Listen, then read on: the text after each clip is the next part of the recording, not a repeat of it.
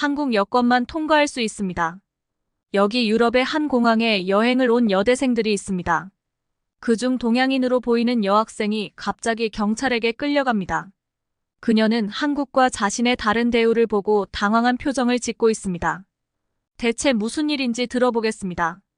감동 포착 좋아요와 구독, 그리고 알림 설정까지 꼭 부탁드립니다. 안녕하세요. 저는 중국 출신 메이링입니다. 저희 아버지는 유년 시절을 줄곧 유럽에서 보내셨어요. 제네바, 파리, 암스테르담 등 여러 도시를 거치며 자라나셨죠. 어머니는 교포로 영국 런던에서 태어나고 자라셨어요. 우연히 런던 템즈강 근처에 있는 한 카페에서 어머니를 만나셨어요. 흐린 하늘 아래 템즈강의 잔잔한 물결을 바라보며 이야기를 나누던 두 사람은 자연스럽게 서로에게 끌리게 되었고 그렇게 사랑이 시작되었답니다. 유럽에서의 로맨틱한 만남 끝에 두 분은 결혼을 결심하셨고 아버지의 사업 기반이 있는 중국으로 건너오셨어요. 사실 어머니는 결혼 후에도 다시 영국으로 돌아갈 계획을 가지고 계셨다고 해요. 하지만 저희 오빠를 임신하게 되면서 그 계획은 자연스럽게 미뤄지게 됐죠. 결국 아버지의 직장이 있는 상해에 정착하시게 되었고 그곳에서 저와 오빠를 낳아 기르게 되셨어요. 하지만 런던의 자유로운 생활 방식에 익숙하던 어머니에게 중국에서의 삶은 쉽지 않았어요. 때로는 숨이 막힐 듯한 답답함을 느끼셨다고 해요. 외할머니, 외할아버지가 계신 영국이 많이 그리우셨겠죠. 어쩌면 그래서였을까요? 부모님은 저희가 항상 더 넓은 세상을 경험하고 견문을 넓히기를 바라셨어요. 저희 오빠는 어릴 때부터 공부를 정말 잘했어요. 영어는 물론이고 모든 과목에서 뛰어난 성적을 보였죠. 그래서 중학교도 채 졸업하기 전에 외할머니, 외할아버지가 계신 영국으로 유학을 가게 되었어요. 반면에 저는 오빠처럼 특출나게 공부를 잘하는 편은 아니었어요. 그래서 일찍 유학을 가지는 못했죠. 마침내 제 고등학교 시절 아버지가 호주 지사로 발령을 받으면서 저희 가족의 생활에 큰 변화가 찾아왔어요. 지금도 그때 어머니의 표정이 선명하게 기억나요. 마치 오랜 감옥에서 풀려난 것처럼 환한 미소를 지으시며 이삿짐을 싸시더라고요. 솔직히 전 그때 어머니의 반응이 이해가 되지 않았어요. 왜 이렇게까지 좋아하시는 걸까? 중국은 세계에서 두 번째로 큰 경제대국이잖아요. 매일같이 새로운 고층 빌딩이 올라가고 첨단 기술이 발전하는 나라였죠. 특히 디지털 결제 시스템은 정말 편리했어요. 위챗페이 하나만 있으면 길거리 포장마차에서 고급 백화점까지 전부 결제가 가능했으니까요. 하루는 궁금해서 어머니께 물었어요. 우리나라처럼 잘 사는 나라가 어디 있냐고요. 이렇게 편리하고 풍족한 생활이 뭐가 불만인지 여쭤봤죠. 그때 어머니께서 하신 말씀이 아직도 귓가에 맴돌아요. 하고 싶은 말을 마음대로 하지 못하고 보고 싶은 것을 마음대로 보지 못하고 가고 싶은 곳을 마음대로 가지 못하는 나라가 얼마나 답답한지 제가 아직 모른다고 하셨어요. 더 무서운 건 제가 이런 상황이 당연하다고 생각하도록 만들어졌다는 거래요. 이런 세뇌 교육이 가장 큰 문제라고 하셨죠. 그땐 어머니의 말씀이 과장된 것처럼 들렸어요. 그저 영국에서의 삶이 그리워서 이러시는 거라고, 중국의 발전이 부러워서 그러시는 거라고 생각했죠. 하지만 호주로 이사를 가고 나서야 제가 얼마나 우물안개구리였는지 깨달았어요. 호주에서의 생활은 정말 중국과는 180도 다른 세상이었어요. 특히 처음 충격을 받은 건 모든 사람들이 당연하게 구글을 쓴다는 거였어요. 그때서야 알게 됐죠. 중국만 차단되어 있었다는 사실을요. 그동안 바이두가 세계적인 검색 엔진인 줄 알았던 제가 참 순진했죠. 유튜브에 대해서도 큰 오해를 하고 있었어요. 학교에서는 유튜브가 선정적이고 자극적인 콘텐츠로 가득해서 이미 전 세계 사람들이 멀리하고 있다고 가르쳤거든요. 공영방송만으로도 충분하다면서요. 대신 틱톡이 세계적인 트렌드라며 자부심을 가지라고 했죠. 물론 친구들을 통해 유튜브가 실제로는 엄청난 인기라는 걸 은근히 알고는 있었지만 감히 말을 꺼낼 수는 없었어요. 호주에 와서 처음으로 유튜브를 자유롭게 켰을 때의 그 설렘이란 정말 새로운 세상이 눈앞에 펼쳐진 것 같았어요. 세계 각국의 실시간 뉴스부터 교육 콘텐츠, 다양한 문화 교류까지, 물론 학교에서 경고했던 것처럼 자극적인 내용도 있었지만 그보다 훨씬 더 많은 유익한 정보와 재미있는 콘텐츠들이 저를 사로잡았죠. 특히 전 세계 사람들이 자유롭게 의견을 나누는 댓글 문화는 정말 신선했어요. 시드니의 맑은 하늘 아래서는 검열 없는 인터넷을 마음껏 사용할 수 있었고, 학교에서는 자유롭게 토론하며 제 생각을 표현할 수 있었어요. SNS도 마음대로 할 수 있었고, 읽고 싶은 책도 제한 없이 읽을 수 있었죠. 처음에는 이런 자유가 낯설고 두렵기까지 했어요. 마치 새장에서 자란 새가 갑자기 넓은 하늘을 마주한 것처럼요. 점점 저는 제가 얼마나 제한된 세상에서 살았는지 깨닫기 시작했어요. 중국에 가려져 있던 것들이 보이기 시작했거든요. 지금 생각해보면 어머니가 왜 그토록 중국을 벗어나고 싶어 하셨는지 이해가 돼요. 문화적 충격은 거기서 그치지 않았어요. 어머니가 항상 지적하시던 중국인들의 매너에 대해서도 새롭게 보게 됐죠. 어머니는 늘 중국 사람들이 교양이 없다고 하셨어요. 공공장소에서 큰 소리로 떠들고 줄 서기의 개념도 없고 남을 배려하는 법을 모른다고요. 처음엔 어머니가 너무 예민하신 거라고 생각했는데 호주에서 지내다 보니 그게 아니었어요. 저희 집은 특이하게도 언어 환경이 자연스럽게 이중 언어였어요. 어머니 아버지께서 서로 영어로 대화하시다 보니 저와 오빠는 어릴 때부터 영어와 중국어를 동시에 배우며 자랐죠. 덕분에 두 언어를 자유자재로 구사할 수 있게 되었어요. 호주로 이주하던 첫날, 공항에서 있었던 일은 아직도 생생히 기억나요. 멀리서부터 들려오는 시끄러운 소리. 듣자마자 중국인이라는 걸 직감할 수 있었죠. 한 중국인 아주머니가 자기 짐이 안 왔다며 난리법석을 피우고 계셨거든요. 문제는 그분의 태도였어요. 호주는 영어권 국가잖아요. 당연히 그 나라에 가면 그 나라의 언어를 써야 하는 게 기본적인 예의일 텐데 그분은 다짜고짜 중국어로 소리를 지르기 시작하셨어요. 내 짐 어딨냐고 당장 찾아내라고 하면서 말이죠. 같은 중국인으로서 정말 얼굴이 화끈거리고 창피했어요. 어머니는 그 모습을 보시더니 아버지에게 단호하게 말씀하셨죠. 절대로 다시는 중국에서 살지 않을 거라고, 저런 교양 없는 행동들을 더는 보고 싶지 않다고요.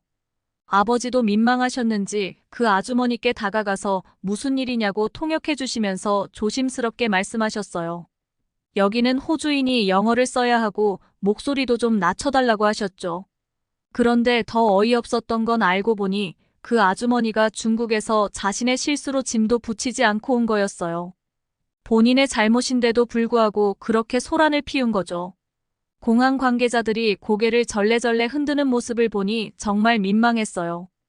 호주에서 살면서도 비슷한 상황이 계속 반복됐어요. 식당이나 쇼핑몰에서 큰 소리가 들리면 어김없이 중국인이었죠. 높은 톤과 찢어지는 듯한 목소리로 고래고래 소리를 지르면서 흥분하는 모습을 보면 왜 해외에서 중국인들에 대한 시선이 좋지 않은지 이해가 됐어요. 이런 상황이 벌어질 때마다 부모님의 반응도 달랐어요. 아버지는 중국인들이 원래 직설적인 성격이라며 두둔하시곤 했죠. 반면 어머니는 주변을 전혀 신경 쓰지 않는 눈치 없고 이기적인 행동이라며 강하게 비판하셨어요. 저는 이런 상황들을 겪으면서 문화적 차이에 대해 많이 생각하게 됐어요. 분명 각 나라마다 고유한 문화와 특성이 있겠지만 다른 나라에 갔을 때는 그곳의 문화를 존중하고 배려하는 자세가 필요하다는 걸 깨달았거든요. 특히 목소리 톤이나 공공장소에서의 매너 같은 건 그 나라의 문화를 반영하는 중요한 요소잖아요. 호주에서는 조용하고 차분한 대화가 기본이에요. 호주 사람들은 낯선 사람에게도 친절했고 식당이나 가게에서도 서로 배려하며 차근차근 순서를 기다렸어요. 버스에서는 노약자를 위해 자리를 양보하는 게 자연스러웠고 길을 걷다가 부딪혀도 서로 미안하다며 웃으며 인사를 나눴죠. 처음에는 이런 문화가 오히려 낯설고 어색했는데 시간이 지날수록 이런 게 당연한 거라는 걸 깨달았어요. 특히 인상 깊었던 건 호주 사람들의 토론 문화였어요. 의견이 다르더라도 서로 존중하면서 대화를 나누는 모습이 참 멋있었죠. 중국에서는 상대방의 의견을 단칼에 자르고 자신의 의견만 강요하는 경우가 많았는데 호주에서는 달랐어요. 모두가 서로의 이야기를 끝까지 듣고 차분히 자신의 생각을 나누었죠. 이런 경험들이 쌓이면서 저는 점점 더 넓은 세상을 보게 되었어요. 중국에서 당연하다고 생각했던 많은 것들이 사실은 당연하지 않았다는 걸 알게 된 거죠. 이제는 어머니가 왜 그토록 자유로운 환경을 갈망하셨는지 진심으로 이해할 수 있게 되었답니다. 호주로 이주해서 처음 고등학교에 갔을 때가 가장 기억에 남아요. 학교에서 특이한 광경을 목격했거든요. 중국인 친구들이 무리를 지어 다니는 모습이었죠. 하지만 문제는 그들이 무리를 지어 다니면서 하는 행동이었어요. 한 친구를 따돌리고 괴롭히면서 자기들만의 세력을 키워나가는 걸 봤죠. 처음에 그들은 저에게도 접근했어요. 같은 중국인이니까 자기들 무리에 들어와서 함께 지내자고 제안했죠. 그때 어머니의 조언이 떠올랐어요. 호주로 가면서 제게 당부하셨거든요. 중국인끼리 몰려다니는 건 제 발전에 전혀 도움이 되지 않을 거라고요. 대신 다양한 외국 친구들을 사귀면서 시야를 넓히라고 하셨죠. 저도 그 말씀에 전적으로 동의했어요. 게다가 저에겐 또 다른 목표가 있었어요. 바로 오빠를 따라잡는 거였죠. 영국에서 옥스퍼드 대학에 다니는 오빠를 이기는 거였어요. 그래서 저도 친구 사귀는 것보다는 학업에 더 집중하기로 마음먹었어요. 오빠처럼 되고 싶다는 경쟁심이 컸던 거죠. 그런데 제가 그들의 무리에 합류하지 않자 상황이 달라지기 시작했어요. 같은 중국인인 저를 오히려 괴롭히기 시작한 거예요. 제가 지나갈 때마다 일부러 트집을 잡고 뒤에서 험담을 하면서 시비를 걸었죠. 심지어 단체로 몰려와서 압박하기도 했어요. 하지만 저는 그렇게 만만한 상대가 아니었어요. 어릴 때부터 무술을 배워왔거든요. 스스로를 지킬 줄 알아야 한다고 아버지가 항상 강조하셨죠. 그래서 괴롭히는 친구들이 있으면 즉각 응징해줬어요. 한 번은 시비를 걸어온 학생을 단 한 번의 기술로 제압했죠. 그 뒤로는 아무도 저를 건드리지 않았어요. 자연스럽게 제 주변 친구들은 중국인들보다 호주 친구들이 더 많아졌어요. 그들은 제가 중국인이라는 사실에 아무런 편견 없이 대해줬죠. 그런 모습이 참 고마웠어요. 덕분에 무사히 고등학교를 마치고 대학에도 진학할 수 있었습니다. 대학 생활은 제게 또 다른 충격을 안겨줬어요. 친구들을 통해 처음으로 한국 음악과 드라마를 접하게 된 거예요. 제 주변 친구들 대부분이 한국 문화에 열광하고 있었거든요. 심지어 한국 아이돌 콘서트를 따라다니면서 열광하는 모습을 보면서 저는 참 아이러니하다고 생각했어요. 왜냐하면 제가 중국에서 배운 한국은 전혀 다른 모습이었거든요. 학교에서는 한국이 위험하고 거지가 많으며 먹고 살기 힘든 나라라고 가르쳤어요. 심지어 한국인들이 중국의 뿌리에서 나와서 김치와 한복 같은 중국의 고유 문화를 자기 것인 양가로 채고 있다고도 했죠. K-팝도 모두 거짓이고 한국 연예인들이 중국에서 활동하는 것만 봐도 한국이 얼마나 가난한 나라인지 알 수 있다고 배웠어요.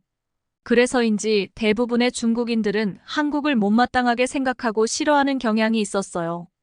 저 역시도 한국이 지리적으로 가까운 나라임에도 불구하고 굳이 알고 싶은 생각도 없었죠. 그저 배운 대로 한국을 부정적으로만 바라봤던 거예요. 그런데 대학에 와보니 상황이 완전히 달랐어요. 제 주변 친구들은 거의 다 한국 문화의 열렬한 팬이었거든요. 오히려 중국 배우나 가수를 아는 친구는 한 명도 없었어요. 이런 현상이 너무 신기해서 집에 와서 어머니께 말씀드렸죠. 어머니의 답변은 제게 또 한 번의 깨달음을 주었어요. 중국인들이 한국 문화를 이해하지 못하는 건 모든 정보가 정부의 검열을 받고 있기 때문이라고 하셨어요. 그래서 중국인들은 세계를 바라보는 시야가 제한적일 수밖에 없다고요. 심지어 어머니의 영국 친구들의 딸들도 한국을 무척 좋아한다고 해요. 재미있는 건 그분들이 어머니를 만나러 중국에 왔다가 오히려 답답함을 느껴서 여행지를 한국으로 바꾸신 경우도 많다는 거예요. 그만큼 세계인들의 눈에 비친 한국과 제가 배워온 한국은 너무나도 달랐던 거죠. 대학생이 되어 접한 한국 문화는 제게 충격 그 자체였어요. 특히 호주 친구인 엠버의 집을 방문했을 때가 가장 기억에 남아요. 그녀의 방에는 한국에서 사온 기념품들로 가득했거든요. BTS의 포스터부터 앨범, 응원봉까지. 심지어 엠버는 콘서트도 직접 다녀왔다고 하더라고요. 요즘은 한국 아이돌의 춤을 배우면서 한글 공부도 열심히 하고 있다고 했죠. 처음엔 속으로 무시했어요. 한국 가수가 아무리 잘한다고 해봤자 얼마나 대단하겠어 하는 마음이었죠. 하지만 BTS의 뮤직비디오를 보는 순간 제 생각이 완전히 바뀌었어요. 강렬한 비트와 화려한 춤, 무대 연출까지 모든 게 완벽했거든요. 멤버들의 뛰어난 외모는 말할 것도 없었고요. 저도 모르게 입을 다물지 못한 채 계속해서 영상을 보고 있더라고요. 제 반응을 본 엠버는 웃으면서 이번엔 드라마를 보여주겠다며 이태원 클라스를 틀어줬어요. 아버지의 원수를 갚기 위해 복수를 계획하는 박세로이의 이야기. 탄탄한 스토리와 멋진 남자 주인공도 인상적이었지만 가장 놀란 건 한국의 이태원이라는 곳의 모습이었어요. 젊은 남녀가 자유롭게 사랑하고 즐기는 모습이 제가 알고 있던 한국과는 너무 달랐거든요.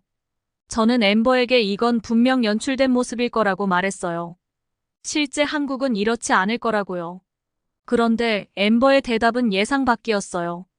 그녀는 이미 한국을 2번이나 다녀왔는데 오히려 드라마에 나온 이태원은 좀 오래된 동네고 실제 한국은 더 깨끗하고 현대적이라는 거예요. 엠버가 보여준 여행 사진들은 제 고정관념을 완전히 바꿔버렸어요. 깔끔한 거리, 화려한 건물들, 세련된 카페들, 그때서야 깨달았죠. 제가 얼마나 잘못된 정보에 속아 살았는지를요. 더 큰 충격은 이런 왜곡된 정보가 중국 공산당과 언론의 통제 때문이라는 사실이었어요. 그리고 더 무서운 건 수많은 중국 국민들이 이런 거짓 정보를 진실이라 믿고 있다는 거죠. 저조차도 한국 사람들은 수박도 제대로 못 사 먹을 정도로 가난하다고 믿었으니까요.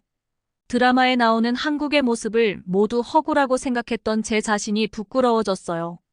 그동안 제가 얼마나 편협한 시각으로 세상을 바라보고 있었는지 깨닫게 된 거죠. 진실은 제가 알고 있던 것과는 정반대였어요.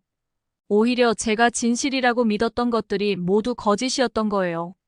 집에 돌아와 구글 검색창을 열고 한국의 실제 모습을 찾아보면서 저는 큰 충격을 받았어요. 중국인들이 얼마나 철저한 감시와 통제 속에서 살고 있는지 그제서야 제대로 알게 된 거죠. 어느 날 엠버가 한국의 인기가 얼마나 대단한지 직접 보여주겠다며 저를 시드니의 K푸드 박람회로 데려갔어요. 한국의 식문화를 선보이는 자리였는데 거기서 처음으로 두부김치와 막걸리의 조합을 맛보게 됐어요. 정말 신세계였죠. 특히 한국 김치는 중국이나 일본의 김치와는 완전히 달랐어요. 자극적이지 않으면서도 매콤하고 한 번 먹으면 자꾸 생각나는 맛이었거든요. 그때 왜 한국 음식이 전 세계적으로 인기가 많은지 이해하게 됐답니다. 그렇게 제가 알고 있던 한국과 실제 한국의 차이를 몸소 체험하면서 호주에서의 생활은 계속됐어요. 가끔 한국 음식도 먹고 호주 친구들과 어울리면서 행복한 대학 생활을 보내고 있었죠. 2학기가 되자 본격적인 호주의 여름이 시작되었고 동아리 활동도 많아졌어요. 엠버는 제게 한류 동아리에 함께 가입하자고 제안했는데 솔직히 많이 고민됐어요. 제가 중국 학생들과 어울리지 않았던 탓에 이미 그들 사이에서는 보이지 않는 왕따가 된 상태였거든요. 여기서 대놓고 한류 동아리에 가입했다간 그들의 괴롭힘이 더 심해질 것 같았어요. 게다가 저도 중국인이니까 언젠가는 중국으로 돌아가야 할 수도 있잖아요. 그때 한류 동아리 활동 때문에 문제가 생길 수도 있다는 생각이 들었죠. 제 고민을 털어놓자 엠버는 제 입장을 이해해 주었어요. 그렇게 어떤 동아리를 할까 고민하던 중에 우연히 여행 동아리를 발견했어요. 학기 중에는 호주 각지를 여행하고 방학에는 해외여행도 간다고 하더라고요. 부모님을 따라 어린 때부터 여러 나라를 다녀본 제게는 정말 딱 맞는 동아리였죠. 여행에 대한 경험도 있고 다른 문화를 이해하는 것도 좋아하니까요. 주저없이 여행 동아리에 가입했어요. 정치적인 문제도 없고 중국 학생들의 시선도 신경 쓰지 않아도 되는 완벽한 선택이었죠. 게다가 여행을 통해 더 넓은 세상을 볼 수 있다는 점도 매력적이었어요. 아마도 이 선택이 제 대학 생활을 더욱 풍성하게 만들어줄 것 같은 생각이 들었어요. 호주에 와서도 막상 여행다운 여행을 못 다녔던 터라 여행 동아리는 제게 완벽한 선택이었어요. 특히 이 동아리의 매력은 전 세계 각국의 다양한 사람들이 모여 있다는 점이었죠. 학기 중에는 호주의 여러 도시를, 방학에는 다른 나라로 여행을 가는 체계적인 활동이 마음에 들었어요. 동아리 구성원들을 보면 호주나 캐나다 출신의 서양인들이 대부분이었어요. 동양인은 저와 또 다른 중국인 친구, 그리고 한국에서 교환학생으로 온 채연이 뿐이었죠. 채연이는 처음 봤을 때부터 눈에 띄는 친구였어요. 저와 다른 중국 친구들과는 달리 하얀 피부에 키도 크고 마치 한국 드라마에서 튀어나온 듯한 스타일이었거든요. 솔직히 말하면 채연이와 친해지고 싶었어요. 하지만 왠지 모를 벽이 느껴져서 쉽게 다가가지 못했죠. 채연이는 활달한 성격에 공부도 잘하고 늘 밝은 미소로 사람들을 대하니 동아리에서 인기가 많았거든요. 저와 중국 친구는 그런 채연이가 부럽기도 하고 살짝 질투도 났답니다. 특히 한류가 호주에서 워낙 인기가 많다 보니 채연이 주변에는 항상 사람들이 몰려들었어요. 한국 문화에 대해 물어보기도 하고 K-팝 얘기도 하면서요. 그런 모습을 보면서 저도 모르게 더 움츠러들었던 것 같아요. 평일에는 각자 학교에서 수업을 듣고 동아리가 모이는 날에는 다음 여행지를 계획하며 시간을 보냈어요. 그러다 드디어 첫 동아리 여행을 가게 됐죠. 목적지는 퀸즐랜드에 있는 탕갈루마였어요. 1박 2일 코스로는 최고의 장소라고 하더라고요. 탕갈루마는 정말 다채로운 액티비티가 가능한 곳이었어요. 투명한 바다에서 스노클링도 할 수 있고 광활한 사막에서 샌드보드도 즐길 수 있죠.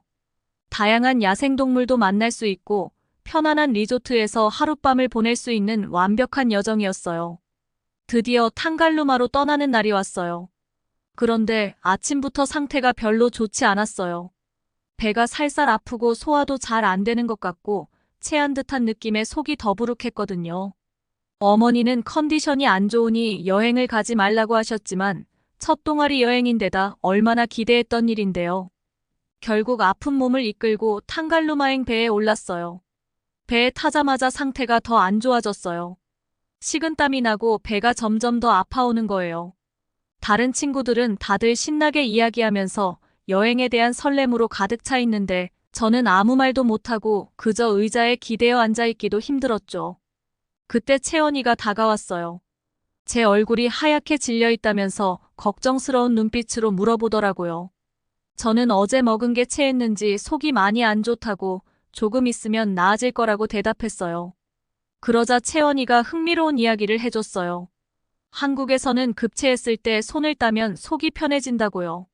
솔직히 그때는 반신반의했어요. 하지만 너무 힘들어서 뭐든 좋으니 도와달라고 했죠. 채연이는 마침 아침에 단추가 떨어져서 챙겨온 실과 바늘을 꺼내더니 제 엄지손가락을 실로 묶고 바늘로 살짝 찔러줬어요. 그런데 정말 신기한 일이 벌어졌어요. 바늘로 손을 따자마자 검은 피가 나오는 거예요. 제 몸에서 저런 피가 나올 수 있나 싶을 정도로 검은색이었죠. 그런데 더 놀라운 건 그 직후에 트림이 나오면서 속이 편안해지기 시작했다는 거예요. 화장실도 다녀오니 마치 마법처럼 증상이 싹 사라졌어요. 채연이는 이제 사이다를 마셔보라며 음료수를 건네줬어요. 정말 거짓말처럼 속이 편안해졌죠. 이 광경을 본 호주 친구들은 채연이를 코리안 히포크라테스라고 부르면서 어떻게 이런 치료법을 알게 됐냐고 물었어요. 채연이는 웃으면서 할머니가 체할 때마다 해주시던 거라고 한국에서는 누구나 아는 민간요법이라고 설명해줬죠. 사실 아픈데 아무도 몰라줘서 마음이 좀 섭섭했었는데 채연이가 먼저 다가와서 걱정해주고 치료까지 해주니 정말 하늘에서 천사가 내려온 것 같았어요. 그때부터 채연이와 자연스럽게 가까워졌죠. 채연이와 가까워지면서 알게 된 그녀의 이야기는 저를 더욱 놀라게 했어요. 채연이는 어린 나이에 아버지를 잃었다고 해요. 갑작스러운 심장마비로 아버지가 돌아가신 후 그 충격으로 한동안 말도 제대로 못하고 힘든 시간을 보냈다고 해요. 하지만 채연이의 인생을 바꾼 건 어느 날 문득 든 깨달음이었대요. 홀로 남은 엄마와 어린 여동생을 보면서 이대로는 안 되겠다는 생각이 들었다고 해요.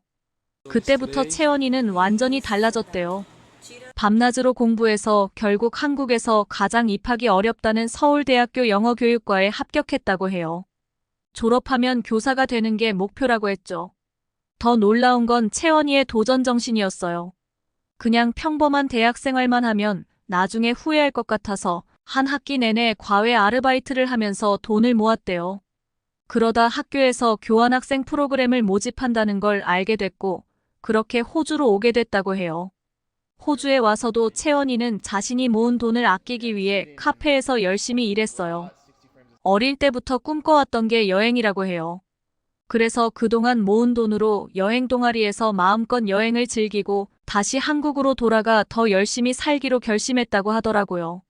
채원이의 이야기를 들으면서 저는 자신이 부끄러워졌어요. 저는 부모님의 도움으로 편하게 살면서 아르바이트 한번 해본 적이 없었거든요. 반면 채원이는 자기 힘으로 꿈을 이뤄나가는 모습이 너무나 멋있어 보였어요. 채원이 말로는 한국에는 이렇게 성실하고 자기 삶을 스스로 개척해 나가는 젊은이들이 많다고 해요. 그 말을 듣는 순간 그동안 제가 한국에 대해 얼마나 편협한 생각을 갖고 있었는지 다시 한번 깨달았죠. 가난하고 발전되지 않은 나라라고만 생각했던 제 자신이 부끄러워졌어요. 그래서 저는 채원이를 엠버에게 소개해주기로 했어요. 서로 다른 문화권에서 자란 우리 셋이었지만 금세 친해질 수 있었죠. 엠버는 채원이의 이야기에 깊은 감동을 받았고 채원이는 엠버의 순수한 밝은 에너지에 마음을 열었어요. 결국 엠버도 한류 동아리에 들어가게 됐어요.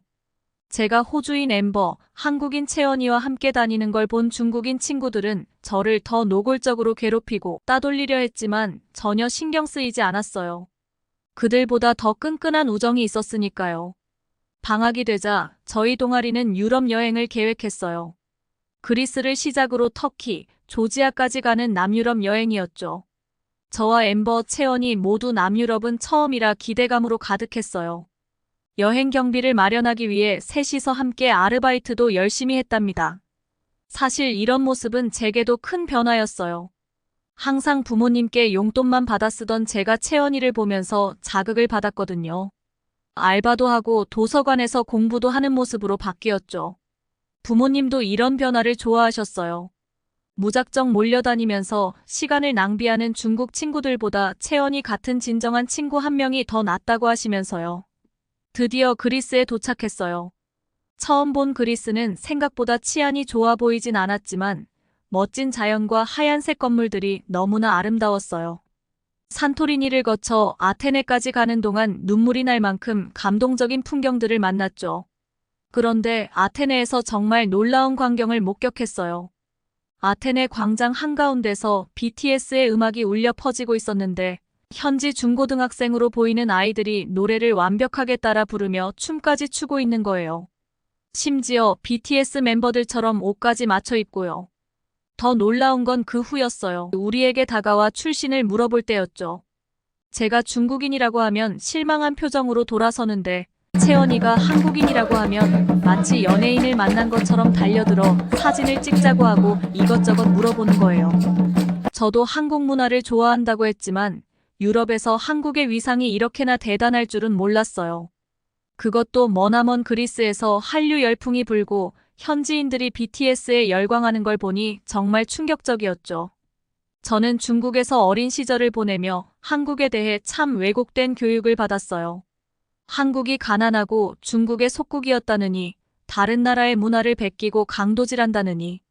하지만 이런 제 배움이 모두 거짓이었다는 걸 깨닫게 됐어요. 공산당이 장악한 언론을 통해 한국을 비방하고 그걸 그대로 믿는 중국인들을 생각하니 가슴이 아팠어요. SNS부터 유튜브까지 세계와 연결되는 모든 것을 막고 오직 공산당이 최고이며 중국이 최강국이라는 주입식 교육만 하고 있는 현실이 안타까웠죠. 이런 상황에서는 더 이상의 발전도 없을 거란 생각이 들었어요. 이제야 이해가 됐어요. 왜 어머니가 그토록 중국 생활을 답답해하셨는지, 어머니의 외국 친구들이 중국 여행을 왔다가 하나같이 한국이나 일본으로 떠나는지. 모든 게 명확해졌죠. 그리스에서 받은 충격은 시작에 불과했어요. 다음 여행지인 터키에서도 놀라운 경험을 했습니다. 터키는 한국과 형제의 나라라고 불릴 만큼 가까운 우방국이라고 하더라고요. 채원이와 함께 시장에 가면 신기한 일들이 벌어졌어요. 터키 사람들이 출신을 물어볼 때 채원이가 한국에서 왔다고 하면 서비스도 챙겨주고, 한국은 우리의 형제라며 특별히 따뜻하게 대해주었거든요. 반면에 제가 중국인이라고 하면 반응이 달라졌어요. 터키 사람들은 중국인들이 예의 없이 굴고 자기들끼리 중국어만 쓴다며 불만을 토로했죠. 하지만 제가 영어로 대화하고 예의 바르게 행동하니까 너는 중국인인데 영어도 잘하고 착해 보인다며 놀라워했어요. 제가 가장 큰 충격을 받은 건 터키에서 조지아로 넘어갈 때였어요. 학생이다 보니 비행기보다는 주로 버스를 이용해 이동했거든요. 터키에서 조지아로 가는 길도 버스로 국경을 넘어 다시 버스를 타고 가는 여정이었는데 조지아 국경에서 예상치 못한 일이 벌어졌어요. 채원이와 엠버는 여권만 보여주고 아무 문제 없이 통과했어요. 당연히 저도 그럴 거라 생각하고 여권을 내밀었죠. 그런데 갑자기 저보고 기다리라는 거예요. 왜 조지아에 왔는지, 돌아가는 티켓은 있는지 취조하듯 묻기 시작했어요. 조지아는 우크라이나, 러시아와 맞닿아 있어서 전쟁을 피해온 사람들이 많다 보니 입국 심사가 까다롭다고 했어요. 하지만 저는 이해가 안 됐어요. 왜 한국인과 호주인은 그냥 보내주면서 저만 이렇게 까다롭게 구는 걸까요? 담당자의 설명은 더 충격적이었어요.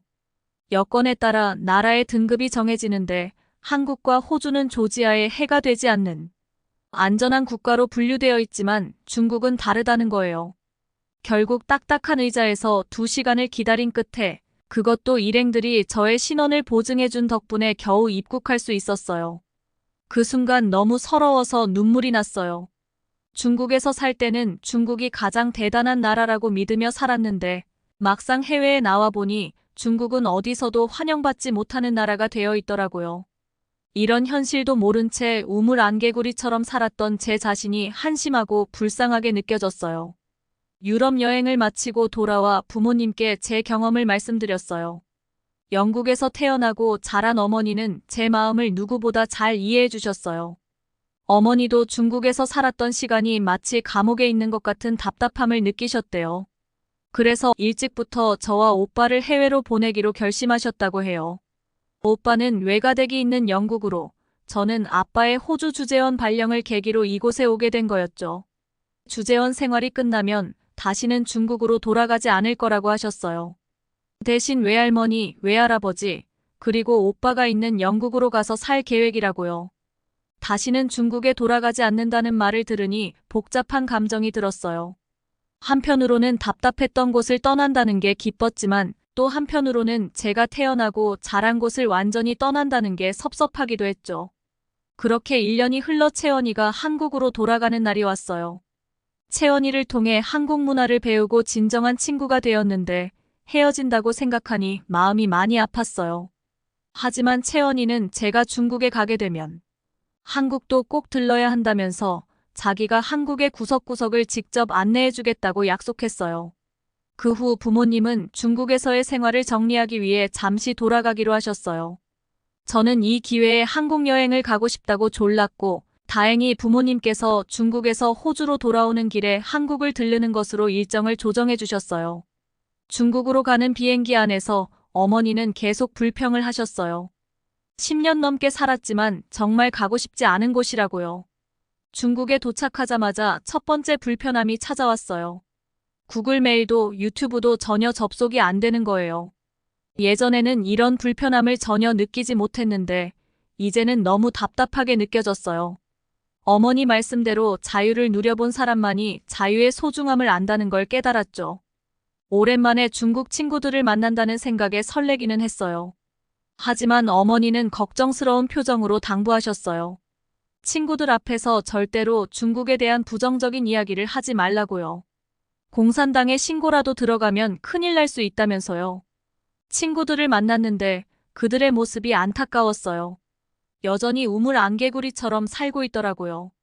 중국이 세계 2위고 곧 1위가 될 거라며 모든 나라가 중국을 우러러볼 거라고 자신만만하게 얘기하는데 제가 조지아에서 중국인이라고 입국 거부당할 뻔했던 이야기가 목구멍까지 올라왔지만 간신히 참았어요. 더 충격적인 건 위생 상태였어요. 호주의 청정한 환경에 살다가 오니 친구들에게서 나는 냄새가 참기 힘들 정도였어요. 샤워는 대체 언제 했는지 궁금할 정도로요. 중국의 위생관념이 부족하다는 건 알고 있었지만 이 정도일 줄은 몰랐어요. 거리를 걸을 때도 불편함이 가득했어요. 어딜 가나 담배 연기가 자욱해서 머리가 아플 지경이었죠. 결국 어머니도 더는 못 참겠다고 하셨고 서둘러 비행기표를 예약해서 한국행 비행기에 올랐어요. 한국에 도착하자마자 입이 떡 벌어졌어요. 공항부터가 달랐거든요. 공항과 부대 시설이 너무 깨끗해서 불쾌한 냄새가 전혀 나지 않았어요. 거리를 걷는데 쓰레기 하나 없는 걸 보면서 정말 놀랐죠. 시민들의 의식 수준을 보니 채원이가 호주에서 보여줬던 그 매너가 한국인의 기본이었다는 걸 이해하게 됐어요. 어머니도 한국이 이렇게 발전된 나라인 줄 몰랐다며 놀라셨어요. 이것도 다 공산당이 우리를 세뇌시켜서 그런 거라며 또 한 번 분통을 터뜨리셨죠. 특히 한국은 도착하자마자 유튜브와 구글이 자유롭게 열린다는 게 신기했어요. 중국 사람들은 세계인이 열광하는 이런 것들을 하나도 못한다는 게 이상하게 느껴졌어요. 처음엔 한국이 중국이랑 크게 다르지 않을 거라 생각했는데 하나하나 다 달랐어요. 특히 관광지의 화장실을 보고 놀랐어요. 모든 칸마다 칸막이가 있더라고요.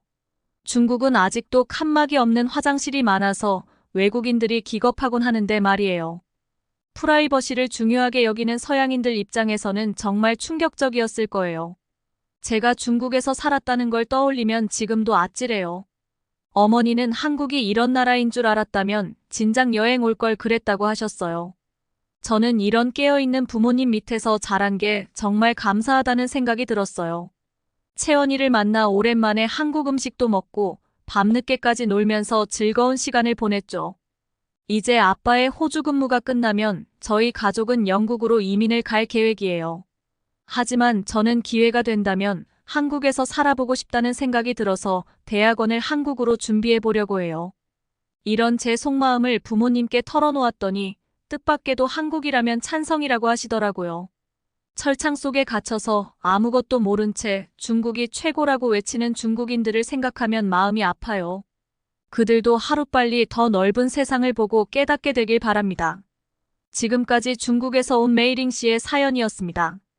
중국 안의 세계에 갇혀 중국을 벗어나도 깨우치지 못하는데 메이링 씨는 부모님 덕분에 열린 시각을 볼 수 있게 된 것 같네요. 항상 행복한 앞길만 가득하시길 바랍니다. 시청해주셔서 감사합니다.